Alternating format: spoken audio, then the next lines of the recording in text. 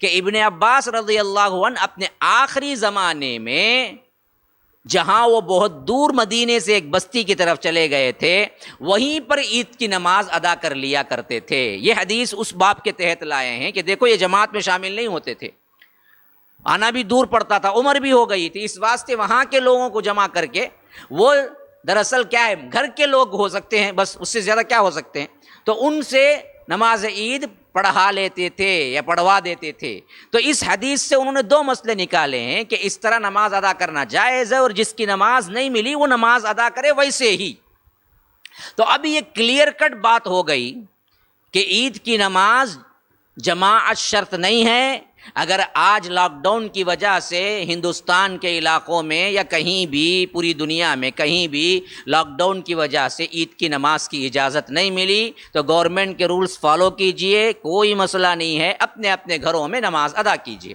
اب دوسرا مسئلہ ہے کہ کیسے ادا کریں۔ جیسے ہم عام نمازیں ظہر عصر مغرب پڑھا کرتے تھے گھر کے لوگوں کو جمع کر کے با جماعت، ویسے ادا کریں یا نہیں تو الگ سے الگ دو دو رکعت ادا کریں۔ تو اس مسئلے میں کیا ہے، علماء نے فتویٰ دیا ہے، خاص کر شیخ انیس الرحمن اعظمی رحمہ اللہ حافظہ اللہ نے بھی کہا ہے کہ اس کو باقاعدہ طور پر 4-5 لوگ جمع کر کے ادا کر سکتے ہیں، کوئی مضائقہ نہیں ہے۔ تیسری بات یہ ہے کہ کیا اگر 4-5 لوگ یا ایک بلڈنگ کے لوگ 11-15 لوگ جمع ہو جائیں تو خالی 2 رکعت پڑھیں گے یا خطبہ بھی ہوگا؟ تو دیکھیے اس سلسلے میں خطبہ نہیں ہوگا۔ نماز عید جس کی فوت ہوئی سی اسے خطبہ نہیں ہوا تھا، اس نے نماز عید ادا کی، اور نماز عید ادا کرنے کا ثبوت ملتا ہے۔ خطبے کا جو ہوگا وہ اجتماعی شکل میں جب نماز ہوگی تب خطبہ ہوگا، اور اس وقت بھی اللہ کے رسول صلی اللہ علیہ وسلم نے فرمایا کہ بھائی جو بیٹھنا چاہے وہ بیٹھے، جو جانا چاہے وہ چلے جائے۔ جب نماز اللہ کے رسول صلی اللہ علیہ وسلم نے پڑھایا تو کئی عید کی نمازوں میں اللہ کے رسول صلی اللہ علیہ وسلم نے یہ لفظ دہرایا کہ بھائی جو بیٹھنا چاہے میں خطبہ پڑھوں گا، جو بیٹھنا چاہے جو سننا چاہے بیٹھے، جو جلدی میں ہے وہ چلا جائے۔ تو یہ آپشنل تھا۔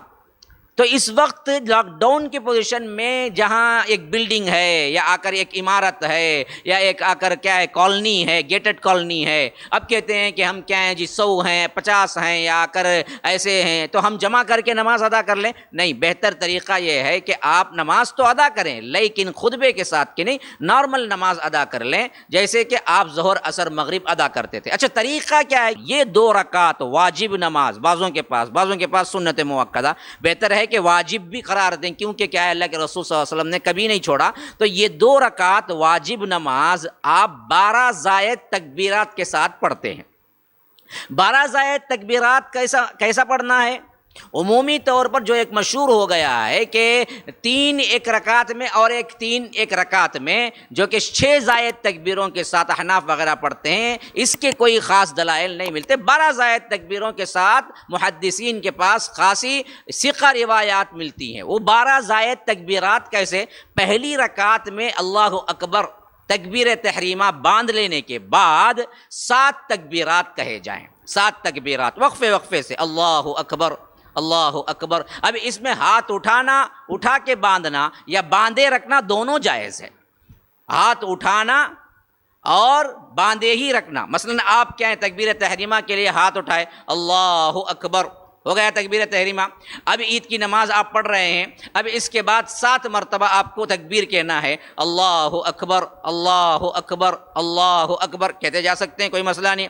اور کوئی یہ چاہتا ہے کہ ہر تکبیر کے لیے پھر کیا ہے رفع الیدین کرے، اللہ اکبر، یہ بھی جائز ہے، رفع الیدین بھی جائز ہے، رفع الیدین کو چھوڑنا بھی جائز ہے، دونوں چیزیں ہیں۔ تو اس طرح 7 تکبیرات، پھر اس کے بعد سورہ فاتحہ، پھر اس کے بعد کوئی سورت، اور بہتر طریقہ یہ ہے کہ کیا ہے اس میں سورہ اعلیٰ پڑھی جائے، پھر اس کے بعد رکوع سجدہ، پھر دوسری رکعت کے لیے اٹھتے ہوئے اللہ اکبر کہ اٹھ گئے تو اٹھنے کے بعد پھر 5 تکبیرات، اللہ اکبر اللہ اکبر اللہ اکبر اللہ اکبر اللہ اکبر۔ اس میں بھی ہاتھ اٹھا سکتے ہیں اور پھر باندھ بھی سکتے ہیں یا باندھے ہی رکھ سکتے ہیں۔ پھر اس کے بعد آپ پڑھیں گے سورہ فاتحہ، پھر حدیث کے اعتبار سے بہترین سورہ جو ہے جو عموماً عید اور اللہ کے رسول جمعہ میں پڑھا کرتے تھے وہ کیا ہے؟ غاشیہ، حل اتاک حدیث الغاشیہ۔ پھر اس کے بعد کیا ہے؟ رکوع، سجدے، اور اس کے بعد جس طرح آپ قاعدے میں بیٹھ کے سلام پھیرتے ہیں پھیر دیجئے۔ اگر کسی کو اعلیٰ اور حل اتاک حدیث الغاشیہ دونوں نہیں معلوم تو کوئی بھی صورت پڑھ سکتا ہے، یہ نہیں کہ وہی پڑھنا ہے، فرض نہیں ہے، بہرکیف سنت کا طریقہ یہ ہے۔ تو اس حیثیت سے آپ عید کی نماز ادا کر لیں گے، اور اس میں ترتیب بندی وہی ہوگی جو عام نمازوں میں ہوگی کہ بڑے لوگ ہیں تو کیا ہے سب بنا لیں گے امام کے پیچھے، پھر بچے، پھر عورتیں۔ اگر کہیں کیا ہے صرف میاں بیوی ادا کر رہے ہیں تو بیوی پیچھے کھڑی ہوگی اور سامنے مرد کھڑا ہوگا، اور اسی طرح عورتیں ہیں تو عورتیں بھی پیچھے کھڑی ہوں گی اور سامنے مرد کھڑا ہوگا۔ تو اس حیثیت سے عید الفطر کی یہ نماز ہم گھروں میں ادا کرنا چاہیے، جس کا ثبوت کتاب و سنت سے ملتا ہے۔ السلام علیکم ورحمۃ اللہ وبرکاتہ۔ احباب کرام، میں جاوید عثمان ربانی۔ اس ریکارڈنگ کا مقصد یہ ہے کہ رمضان المبارک کا مہینہ چل رہا ہے، اور اللہ کے رسول صلی اللہ علیہ وسلم اس مہینے میں سب سے زیادہ سخاوت کرتے تھے، جیسا کہ روایتوں میں آیا ہے کہ اللہ کے رسول پہلے ہی بہت سخی تھے، کان اجود الناس۔ اور اسی طرح اسی روایت کے اندر یہ بات بھی آئی ہے کہ جب رمضان المبارک کا مہینہ ہوتا تو اللہ کے رسول صلی اللہ علیہ وسلم کی سخاوت کا یہ عالم ہوتا کہ وہ بڑی تیز آندھی کی طرح چلتی، یعنی بہت زیادہ سخاوت کرتے۔